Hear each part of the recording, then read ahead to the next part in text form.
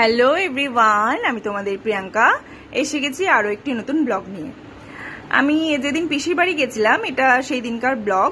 আমি পিসির বাড়ি গেছিলাম রবিবার, শনিবার ছিলাম বাড়িতে, তারপরে রবিবার দিন সকালবেলায় গেছিলাম পিসির বাড়ি।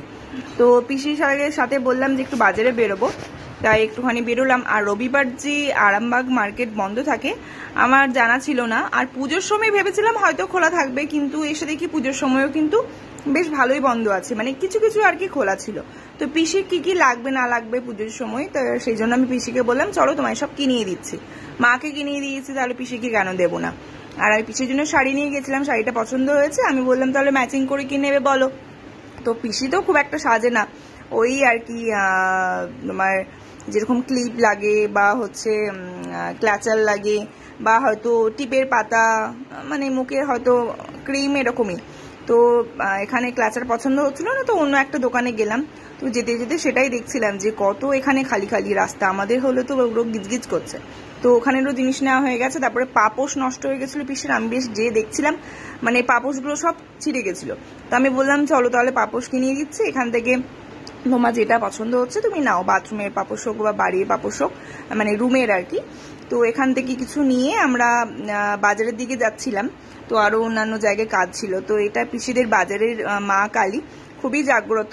তো এখানে পিসি প্রণাম করলো, আমিও প্রণাম করলাম। তারপরে আরেক জায়গায় যাচ্ছিলাম, সেখানে যেতে যেতে এই কালী মন্দিরটা পড়ে। তোমরা যারা আরামবাগে থাকো তারা নিশ্চয়ই জানবে, এটা বয়েজ স্কুল মাঠ, যেখানে আরামবাগ উৎসব হয় সেখানে কাছাকাছি। তো কালী ঠাকুরটা দেখে আমার এত ভালো লাগলো, মুখটা এত স্নিগ্ধ, মানে দেখে কালী ঠাকুর দেখে লোকে ভয় পায়, কিন্তু আমার দেখতে খুব ভালো লাগলো। তো তারপরে আমি চলে গেলাম একটা মিষ্টির দোকানে, খিদেও পাচ্ছিল, তো ওখানে মিষ্টি খেয়ে নিই। পিসি বললো আমার থেকে কি জামা কাপড় নিবি বল। তো আমি বললাম যে না না, জামা কাপড়ের কি দরকার, আমার প্রচুর হয়ে গেছে। তো পিসি সেই নাচর বান্দা বলছে নিতেই হবে। তো একটা ওখানে দোকানে গেলাম, দোকানে যেয়ে আমার সেরকম যে পছন্দ হচ্ছিল তা নয়। পিসিকে বললাম দেখো তুমি দেবে গিফট, তো তুমি দেখো। বলছে না তুই দেখ তোর কি ভালো লাগছে।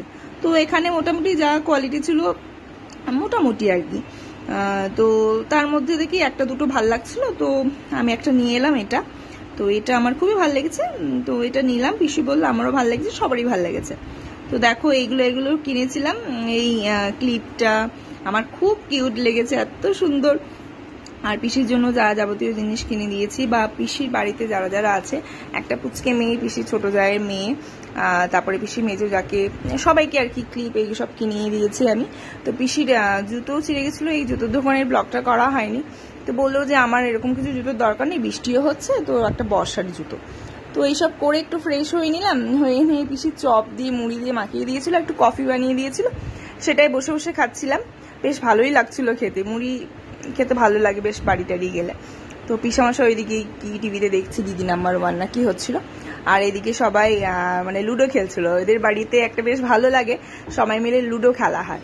তো আমাকেও বলছিল খেলতে, আমি এত টায়ার্ড হয়ে গেছিলাম, আমি বললাম তোরাই খেল। তো কেমন লাগলো ব্লগটা আমার কিন্তু জানি।